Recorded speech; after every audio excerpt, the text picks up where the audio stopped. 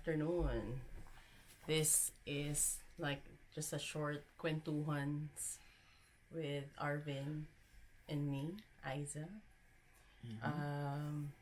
So for today, actually, we just thought of creating this short video because I know a lot of you there in the Philippines are heavily anxious because of the super typhoon. Natural calamities happened, and Actually, we just had one big typhoon, which many of us are aware na talagang badly hit areas ang Cebu. Actually, overall Visayas, diba? not just typhoon but Earthquakes. din. Oo. So ngayon, Tapos recently, in a few days, may typhoon, and then right now, may another typhoon ulit, which is currently happening. Yeah, so wala lang. Parang it's been like a burden to us na mag-send lang ng encouragement po sa inyong lahat, sa Philippines. Hindi lang sa mga families namin. Syempre kahit malayo kami, nandoon din talaga yung aming heart sa maraming kababayan natin na dumaranas talaga, nagsistruggle ngayon because of natural calamities, and not just that, I mean economically struggling, daming mga discouraging situations right now sa Philippines. So in terms naman sa pagiging resilient ng mga Pilipino, no questions about that. Yes, pero matagal-tagal na resilient na kailangang i-prepare ng bawat Pilipino. Hindi lang naman siguro dahil nandun, parang hindi naman na yan hindi na yan lingid sa kaalaman ng karamihan gaano tayo katibay, pero it's okay to feel defeated, to feel discouraged, to feel hurt. These are all valid emotions. To be angry of the government, of these are feelings na normal, totoo. And lahat tayo may karapatang makaramdam ng mga ganyang klaseng pakiramdam. So alam din namin ang pakiramdam ng dumaranas sa super typhoon, kasi bago kami nakarating dito ng Australia, we were from Tacloban City, which is a favorite place ng mga lahat ng klase ng mga calamities, ng mga disasters, especially typhoon. We went through a lot of super typhoons, name it, typhoon Urduha, di ba? Naalala mo yun? Bago tayo nakarating dito. And earthquakes, alam namin yung feelings na ganyan. And I remember going to Tacloban City to Leyte back in, yung kinukwento ko ba lang sa'yo kahapon, yung naging experience ko sa Typhoon Haiyan, Typhoon Yolanda. That was in 2013. Although I haven't experienced exactly yung mismong Typhoon Yolanda itself, but yung aftermath. Yeah, that was it. Kasi 2 weeks after, I think that was 2 weeks, or I think over a week ago, na parang when the super typhoon Yolanda ravaged the entire eastern Visayas, I was given the opportunity to go there with my 2 cousins. Para kaming nag-personal kami na rescue mission for our families and relatives na naapektuhan, na victims talaga ng super typhoon Haiyan. And at that time, that was the strongest na super typhoon. I think yun yung first ever na narinig ko yung super typhoon. Ay, 'di ba, normal naman sa Philippines na nakakarinig tayo ng mga typhoons, ganyan. Pero that was the first ever na may kinoin na term for that particular na actually, bagyo. ang tawag nga nila doon is storm surge. Yung na-experience nila. Oo. Ayun din, first time din yun narinig na parang in our entire vocabulary dun sa sa Pilipinas na nakarinig tayo ng mga storm surges, ganyan. And hindi ko talaga yun makakalimutan yung experience na yun kasi wala nga lang akong chance na napicturean ko siya kasi hindi naman maganda yung phone ko during that time. Pero yung kinukwento ko kay Arvin kahapon, yung sa experience namin, yung travel namin from Manila to Cebu, and then from Cebu to Baybay, Leyte, yung hirap, yung difficulties talaga na how to find a van, parang they charging us expensive. Tsaka yung ayun nga, The food, the food. how to yung hirap to get into the boat. Tsaka Kasi yung lahat expenses. nagsisiksikan lahat ng tao during the time. Parang lahat gusto talaga nilang makapunta ng Tacloban, which is understandable kasi kanya-kanyang rescue na lang talaga that time ng mga relatives mo. And nung kami mismo, hindi rin namin alam kung sino yung buhay pa sa kanila. Wala kaming contact. Parang it's gonna be hit or miss whether may survivors or wala.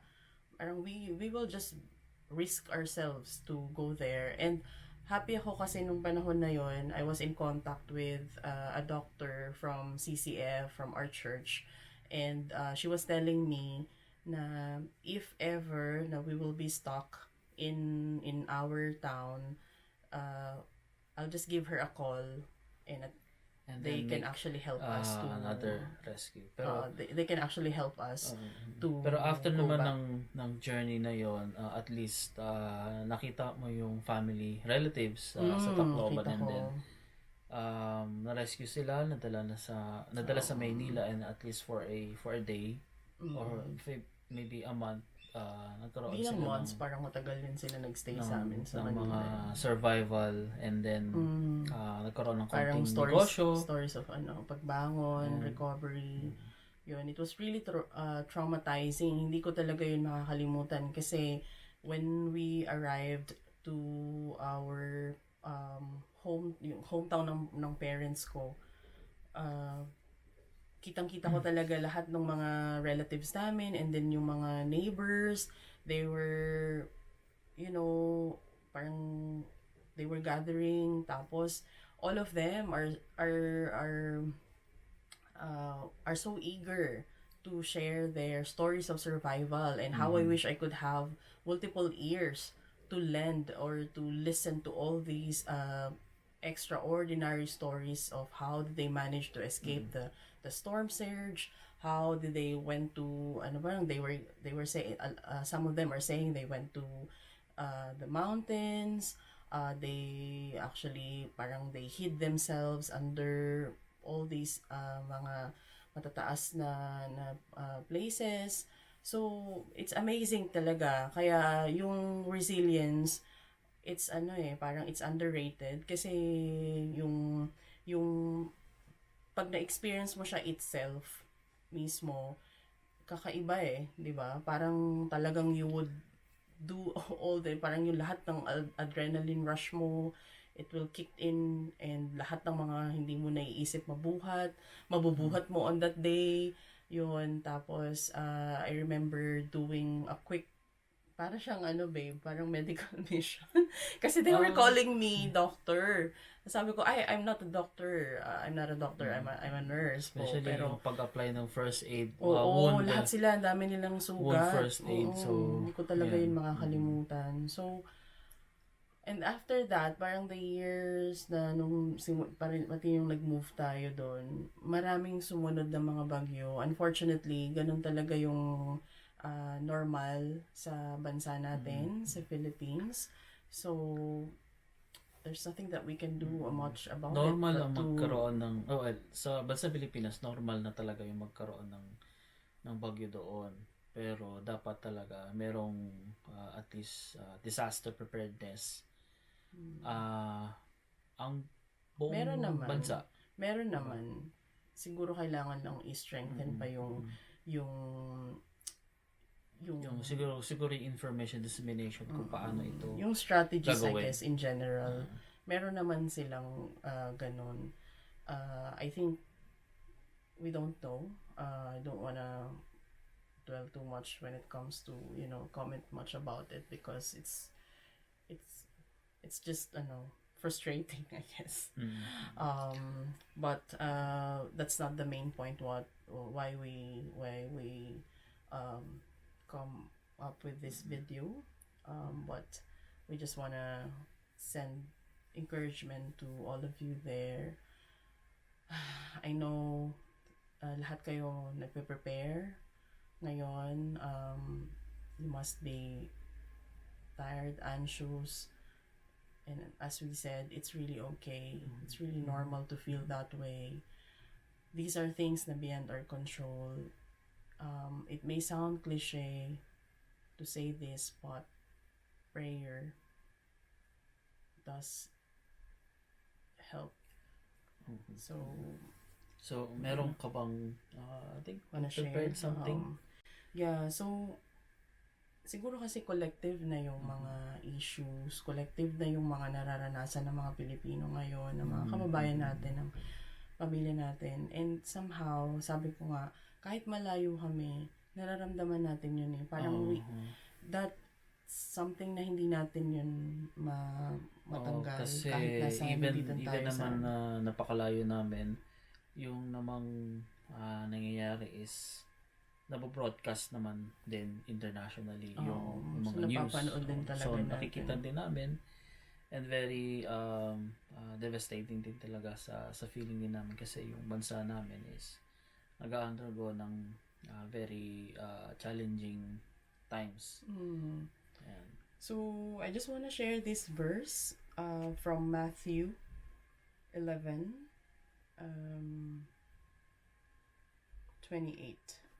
28 to 30. So this is the verse now. Come to me, all who are weary and heavy laden, and I will give you rest. Take my yoke upon you and learn from me, for I am gentle and humble in heart, and you will find rest for your souls. For my yoke is easy and my burden is light. So siguro on a positive note, let's take this moment to pause and also take this opportunity. I know it's gonna be hard, but there is still hope, and this is something that's beyond our control. No matter how we prepare, physically, mentally, emotionally, it's a normal for us to go through a lot of disasters back home, but this particular situation we're in, it's like becoming frequent. It hasn't happened ever before na sunod-sunod yung mga disasters and calamities, and it can be burdensome. Siguro may mga iba na kaya nilang i-take yung mga ganitong klaseng mataas yung kanilang pain threshold, or yung kaya nilang dalhin yung mga ganitong klaseng sabi mo baby, mga sitwasyon na ganito. But there are also some people na they cannot, and this message is really for you, na God is actually on top of this. And just it may sound so easy to say yung mga verses right now because of the disaster na nangyari, kasi feeling natin or feeling ng mga victims is traumatic. Diba? No one can understand them. So syempre mapapatanong ka na lang, bakit Lord ito nangyayari sa particularly sa bansa natin or sa akin. But ang sinasabi talaga ni Lord dito is just rest upon Him. Take a moment, pause and rest, and really pray, surrender itong nangyayari sa atin, and hopeful pa rin that everything will turn out okay and for much better na situation in life, and makabangon ulit. And yun nga yung palagi sinasabi ng bawat Pilipino, sa awa ng Diyos, pagdating sa huli, nandiyan pa rin siya para tulungan tayo. So, ayun guys, I hope you'll continue to keep going and stay safe kayong lahat. We will continue to pray for all of you. We're just here. Our Facebook, social medias are open if you want to reach out to us, and we can actually pray for you and call you kung kinakailangan. And kahapon lang na busy kami sa pag-sort ng nag-pack kami ng mga for donations. Donations, mga used clothes. And Namili of course, namili kami ng mga toys. Mga hygiene products din. Mga It's just a toothbrushes. small, small gestures of helping then yung mga nasalantaan ng bagyo. Sa Cebu. Shout out pala sa ating PhilAct na mga kaibigan natin sa PhilACT. Kuya Jovel, Kuya Medwin, Ate Dani, Ate Coach for organizing this. Thank you so much for thinking about this, and sana magtuloy-tuloy pa to. Para I'm not saying na magtuloy-tuloy yung mga relief operation para sa mga, di ba, mas maraming. Pero yung pag-organize ng pagtulong, bringing all Filipinos together for helping. So, yun. Maraming salamat po, and ingat po kayong lahat. Bye! See you!